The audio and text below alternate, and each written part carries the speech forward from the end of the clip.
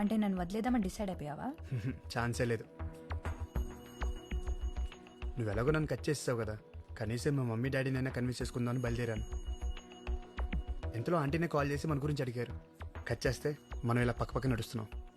నా కోసం వచ్చినప్పుడు డైరెక్ట్గా నన్నెందుకు కలవలేదు మరి? హైదరాబాద్లో ఇన్ని ప్లేసెస్ ఉంటే నీ క్లయింట్ నేనున్న హోటల్లోనే మీటింగ్ ఎందుకు పెట్టారంటావు? వస్తానన్నాడు ఎందుకు రాలేదంటావు? అంటే అదంతా నీ ప్లానేనా? కనిపించినంత మంచోడు ఏం కాదు నువ్వు. ఏం చేస్తాం తల్లి, కనిపించని నీ ప్రేమను చూడటానికి ఇన్ని వేషాలు వేయాల్సి వచ్చింది. మరి నా కోసం నువ్వు ఇంత వెయిట్ చేసినప్పుడు నీ కోసం నేను మాత్రం ఫైట్ చేయాలిగా. హలో, నేనేం నీకోసం వెయిట్ చేయలేదు, జస్ట్ ఇంకెవరు కనెక్ట్ అవ్వలేదు అంతే. ఎందుకు నవ్వుతున్నావు?